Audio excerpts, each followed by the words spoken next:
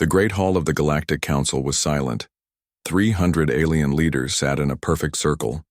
The room was huge, with a high glass ceiling that showed the stars above. In the center stood Elder Tae-hyun, his blue scales catching the light from the room's floating lamps. "We meet today because of a problem," Tae-hyun said. His voice was deep and calm, but everyone could hear the worry in it. "The humans of Earth are building something big, something that could change everything." The council members started to whisper to each other.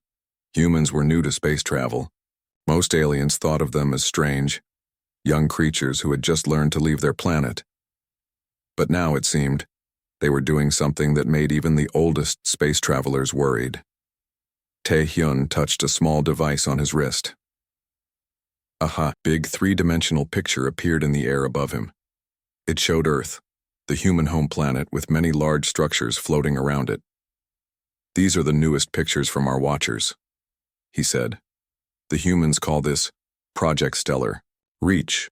They say it is for defense. Our experts think it is much more than that." Ambassador Jiwoo stood up. She was from the Lumidian Collective, beings made of crystal who could live for thousands of years. Light moved through her body as she walked to the center of the room. "I have studied humans for 20 years, she said. "They are quick learners and they never stop trying new things. But this project is different."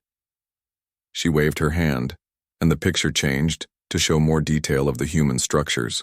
"Look at these power readings," she said. "Whatever they are building, it could change the very fabric of space. This is not normal technology. This is something new."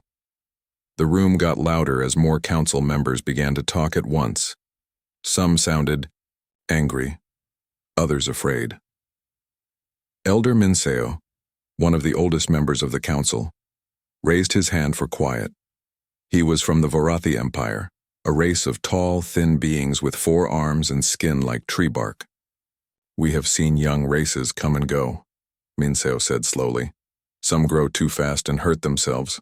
Others grow too slow and fade away. But humans," he shook his head, "humans do not follow the normal path. They jump forward in ways we cannot predict." Minseo stood up, his old joints creaking.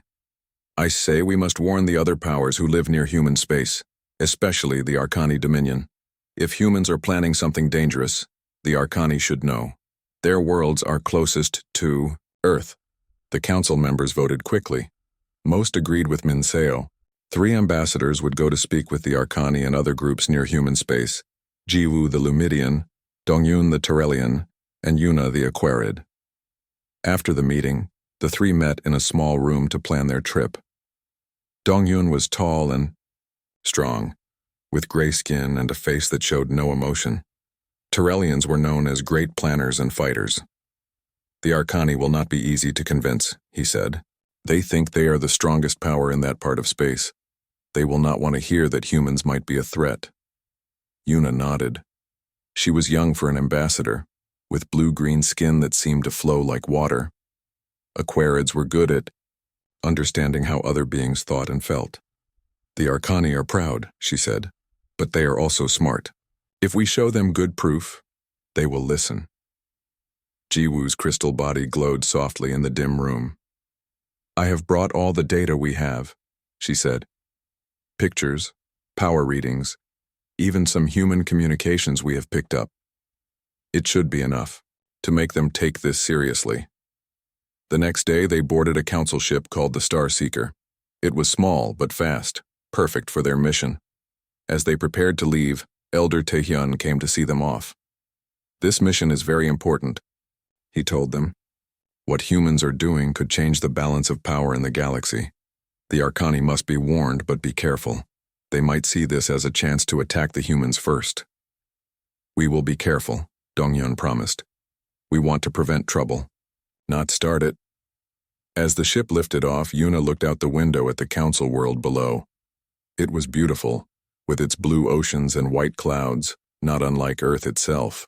She wondered what the humans were really building. Were they planning to attack, or was it something else? The journey to Arcani space would take 1 week, even in their fast ship. The 3 ambassadors spent the time studying everything they knew about humans and their project.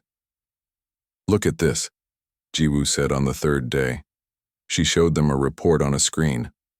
"Humans have only been in space for about 100 years. Most races take at least 500 years to reach this level of technology after their first spaceflight." Dongyun frowned.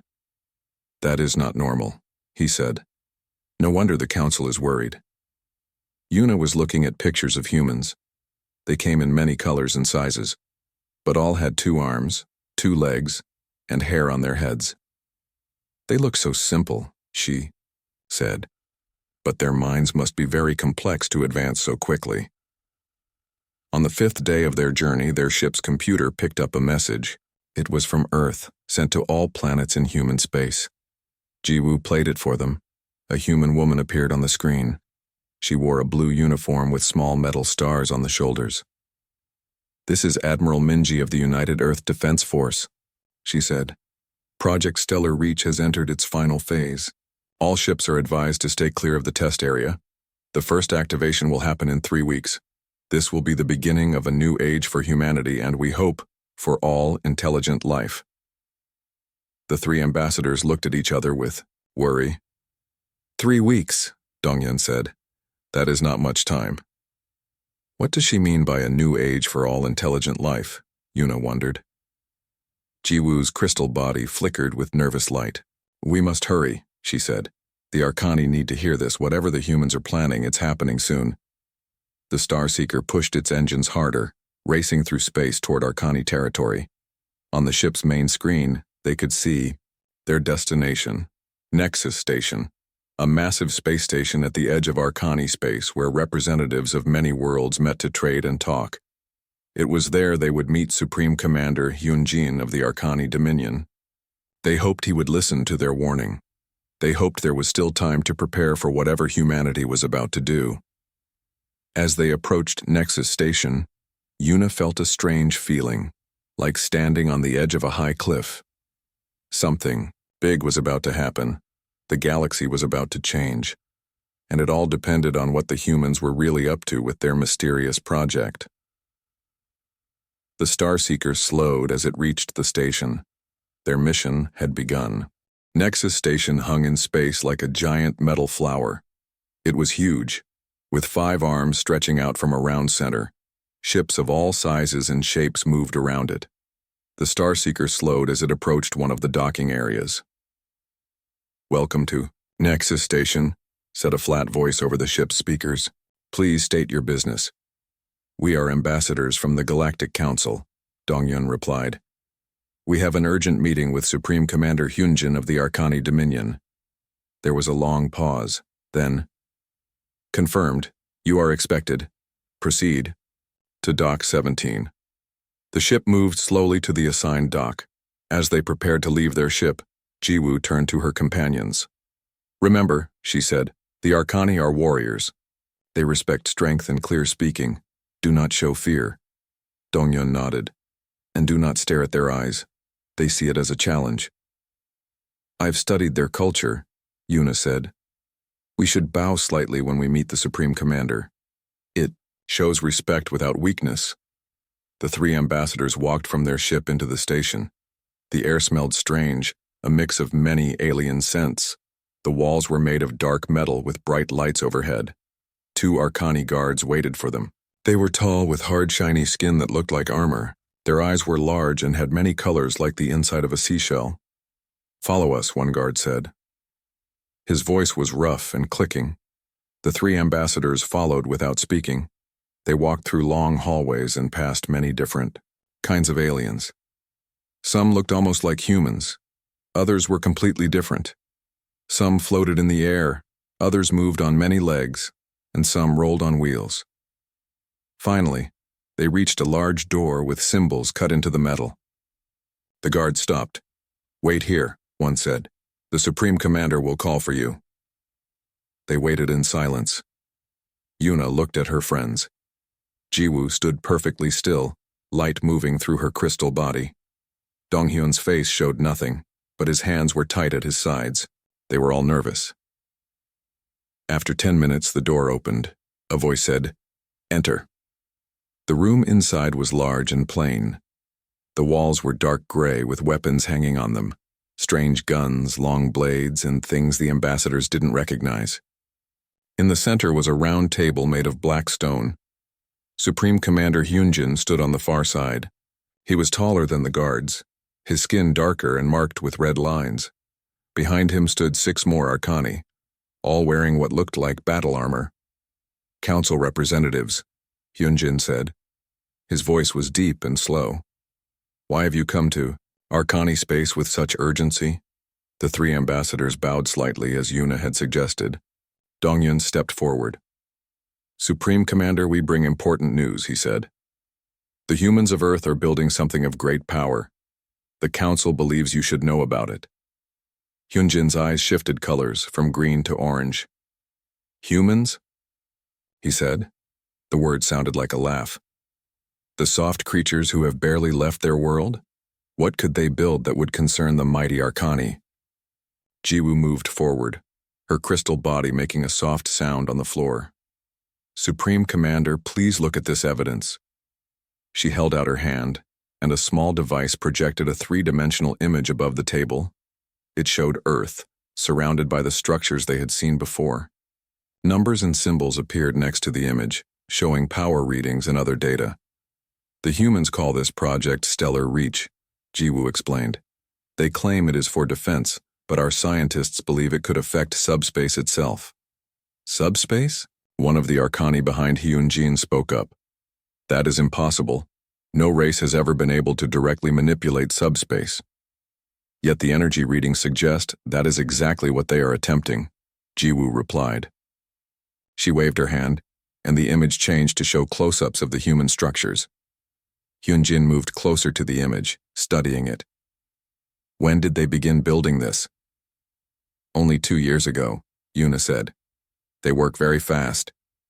Hyunjin's eyes shifted, again now a deep blue. 2 years from design to construction, that is unusual. "That is why we are concerned," Dongyun said.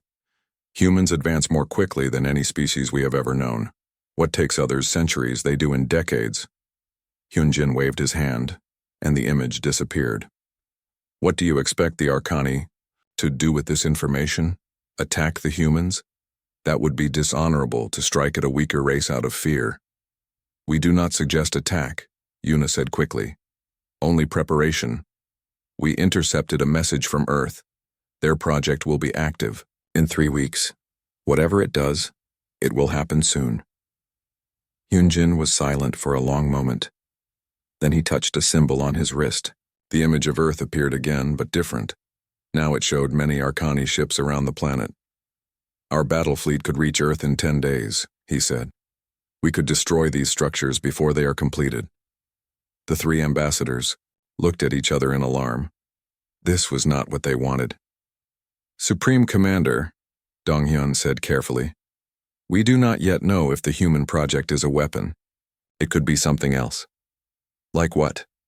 Hyunjin asked. Jiwoo stepped forward. "Humans are strange. They think differently from most races.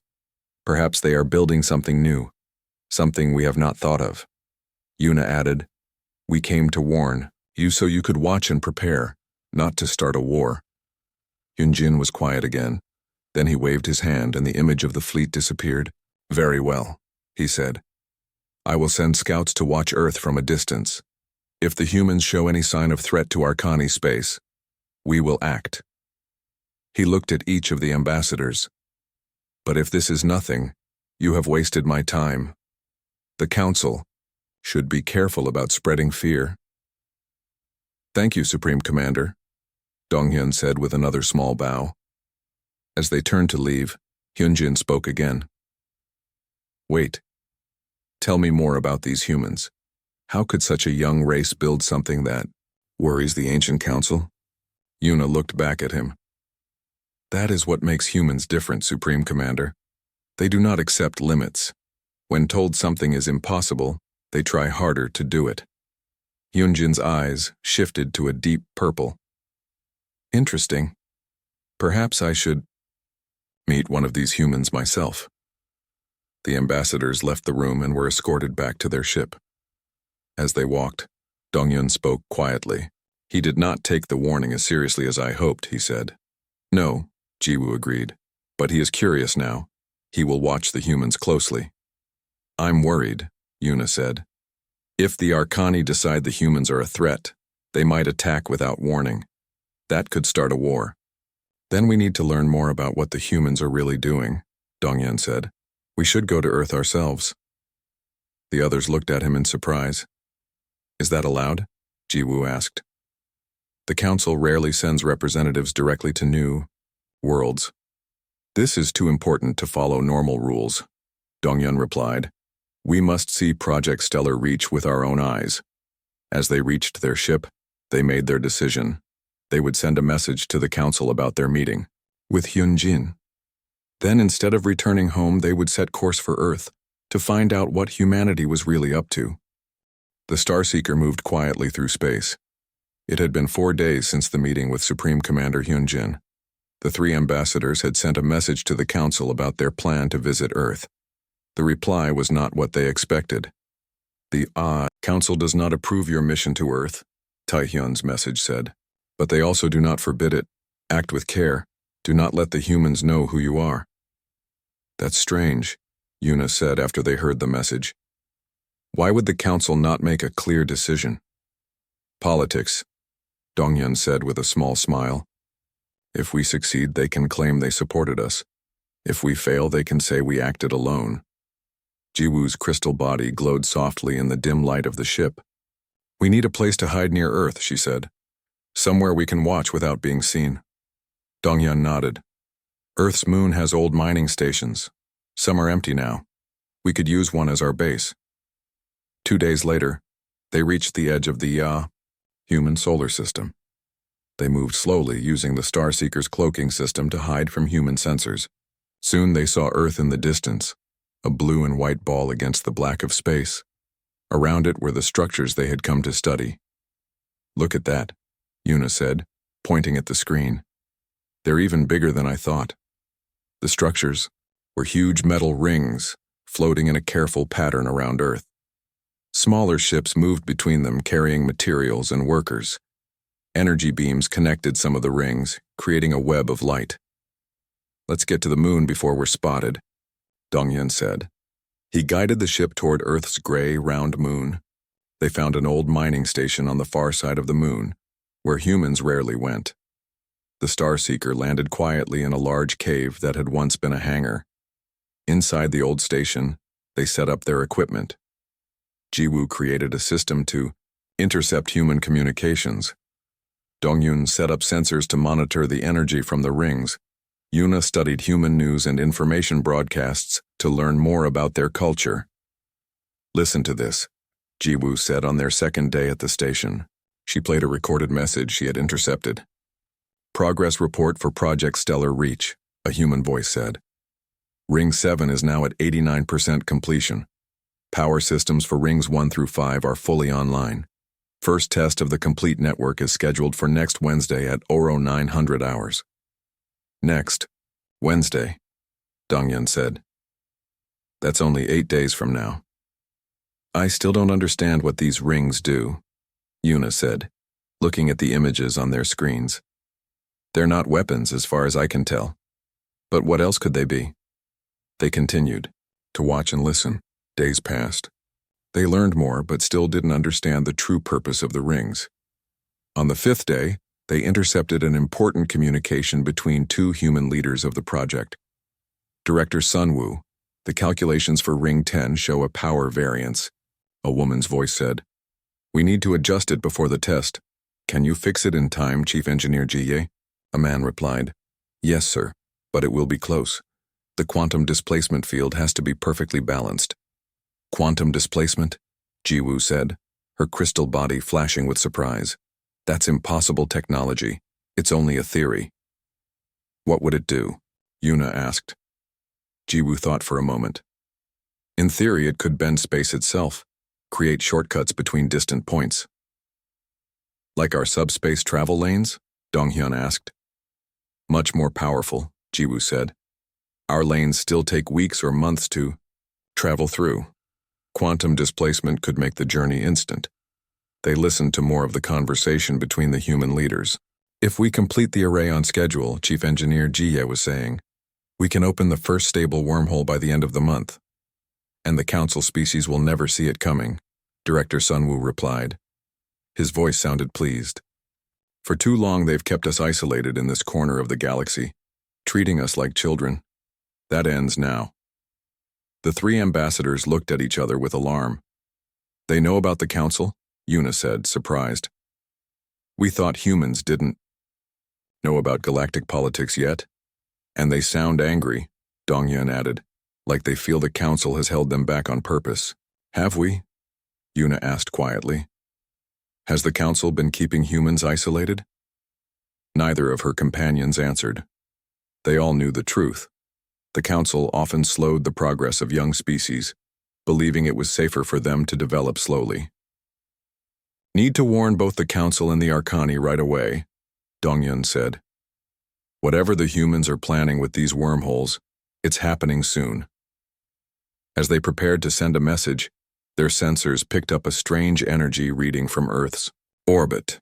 One of the rings is powering up, Jiwoo said, looking at the data. They're starting early. On the screens, they could see one of the giant rings begin to glow with blue light. Energy built up around it, creating a shimmering field in the center of the ring. It's some kind of test, Dongyun said. They're not ready for the full network yet, but they're testing one ring. Should we call the Arcani? Yuna asked. Yunjin might see this as an attack. Before they could decide, their station's alarms began to sound. Ships approaching, Jiwoo said, checking the sensors. Human ships, coming from the direction of Earth. How did they find us? Dongyun asked, moving quickly to the ship controls. I don't know, Jiwoo replied, but they're coming straight for our position. We need to leave, Dongyun said. Get everything important onto the Starseeker. They worked fast, grabbing their most important data and equipment. As they finished loading the ship, they heard sounds from the old hangar door, metal grinding against metal as it was forced open from the outside. Too late, Dongyun said. They're here. The three ambassadors stood together as the hangar door slowly opened. Outside, they could see several human ships, smaller than their own but clearly armed. Figures in white spacesuits walked into the hangar carrying weapons. One figure stepped forward and removed their helmet. It was a human woman with short black hair and a serious face. Her suit had small metal symbols on the shoulders. Ambassadors, she said in a calm voice. I'm Admiral Minji of the United Earth Defense Force. We've been aware of your presence for some time. She smiled slightly. Perhaps you'd like to see what we're actually building. The three ambassadors looked at each other in surprise. The woman knew they were ambassadors. The humans had known they were there all along. How did you find us? Dongyun asked. Admiral Minji smiled again. Your ship is advanced, but not as advanced as you think. We detected you entering our system 6 days ago. She put her helmet back on. Please come with us to Earth. There's something you need to understand about humanity. With no other choice, the ambassadors agreed to go with the humans. As they boarded one of the human ships, Yuna couldn't help wondering, what were they about to learn about this strange, fast-moving species? And was it too late to prevent a conflict between humans and the rest of the galaxy? The human ship flew toward Earth. Through the windows, the three ambassadors could see the giant rings up close. They were even more impressive than they had appeared on screens. Each ring was as big as a small city, with complex patterns of light running across its surface. Admiral Minji sat across from them. She had changed from her spacesuit into a blue uniform with gold buttons. You've been watching us for some time, she said. Did you figure out what we're building? Some kind of wormhole technology, Jiwoo said. Her crystal body glowed nervously. Admiral Minji nodded. That's right. We call it the Stellar Reach Network, the first real step for humanity to join the SU or wider galaxy. But how do you know about the wider galaxy? Dongyun asked. Your species has only had space travel for a short time. The Admiral smiled. We found a damaged alien ship 10 years ago. The pilot was dead, but the ship's computer still worked. We learned a lot from it. The ship docked with a large station in Earth orbit. The admiral led the three ambassadors through clean white hallways.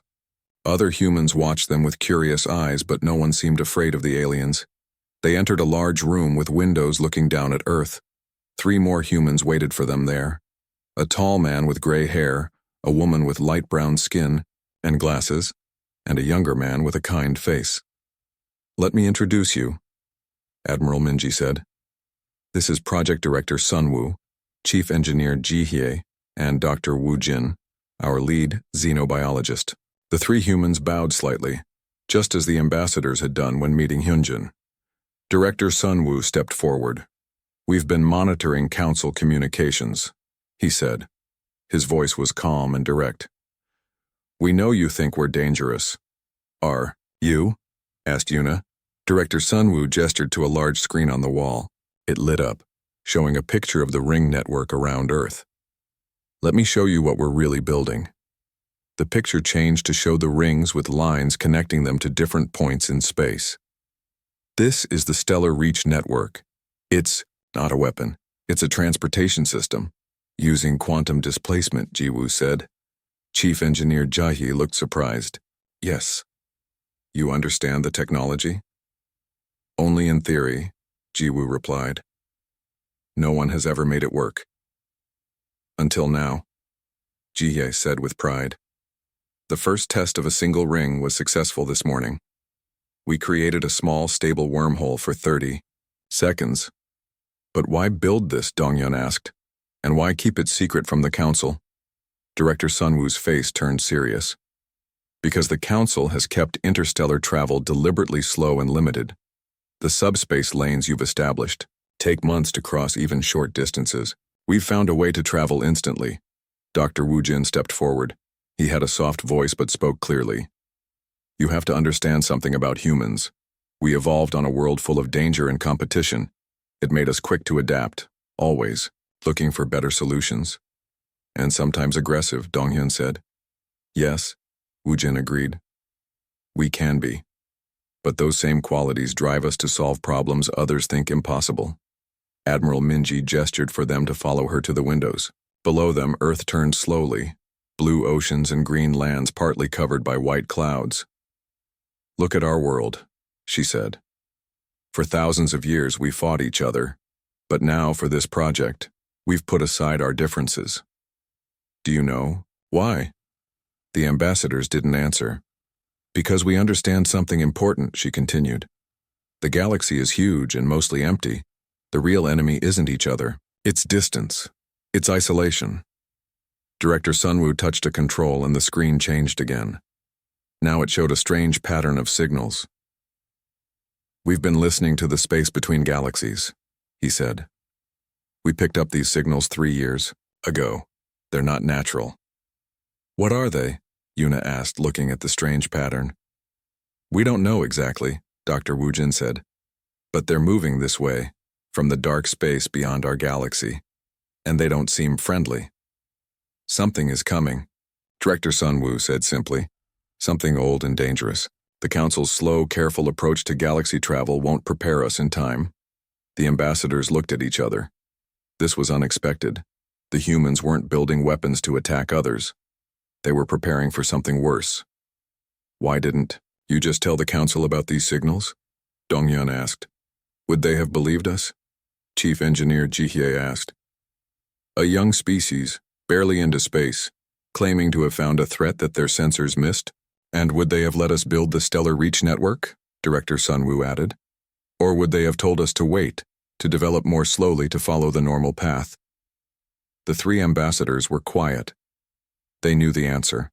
The Council always favored slow, careful progress. "So you built it in secret," Jiwoo said. "Not completely in secret," Admiral Minji said. "We expected the Council would notice eventually. That's why we're glad you're here. You can tell them the truth." "What truth?" Yuna asked. "That we don't want war or conquest," Director Sunwoo said. "We want to connect the galaxy, to help all species prepare for what's coming." "The first full test of the network is in 2 days," Chief Engineer Jihye said. "It will create stable wormholes to 7 different points in our region of space. Travel that would take months will happen in minutes." The Arcani will see this as a threat, Donghyun warned. They may attack. We hope you can help prevent that, Admiral Minji said. Explain to them what we're really doing, and why it matters. For everyone, not just humans. The 3 ambassadors agreed to stay and watch the test. They sent messages to both the Council and the Arcani, explaining what they had learned.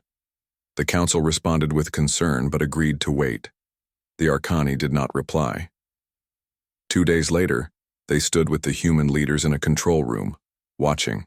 As the ring network powered up, energy flowed between the giant structures, building to levels the ambassadors had never seen before. All rings at full power, Chief Engineer Jihye reported. Quantum displacement field is stable. Begin the sequence, Director Sunwoo ordered. A sound like distant thunder filled the room as the rings fired beams of light into space. 7 points of light appeared, growing larger, becoming windows to distant parts of space. All wormholes. Stable, Jihye said, her voice filled with joy. We did it. On the screens, they could see the other ends of the wormholes, one near the Council homeworld, one at Nexus Station where they had met Hyunjin, and 5 others at key points in nearby space. Send the message, Admiral Minji said. Director Sunwoo pressed a button, and a simple human greeting was sent through all 7 wormholes. From Earth to the galaxy, a new age of connection begins today. As the ambassadors watched this amazing moment, a new alert sounded. Jihye checked her screens, then looked up with worry. Arcani warships are approaching the Nexus wormhole, she said. They're charging weapons. It's Hyunjin, Donghyun said. He sees this as an attack. Before anyone could speak, another alert sounded. This one was different. It came from the deep space sensors. The signal from beyond the galaxy, Dr. Woojin said, checking the data. It's changed. It's stronger now. Everyone in the room felt the same thing. A moment of great change had come. Humanity had changed the galaxy forever, for good or bad. And something was coming from the darkness beyond the stars. The 3 ambassadors knew they would return to the Council with a very different message than they had expected. They had warned the aliens about what humanity was up to, but failed to understand what truly drove these strange young beings. Humans didn't seek power or control. They sought connection. And perhaps that was exactly what the divided galaxy needed to face the unknown threat approaching from the void.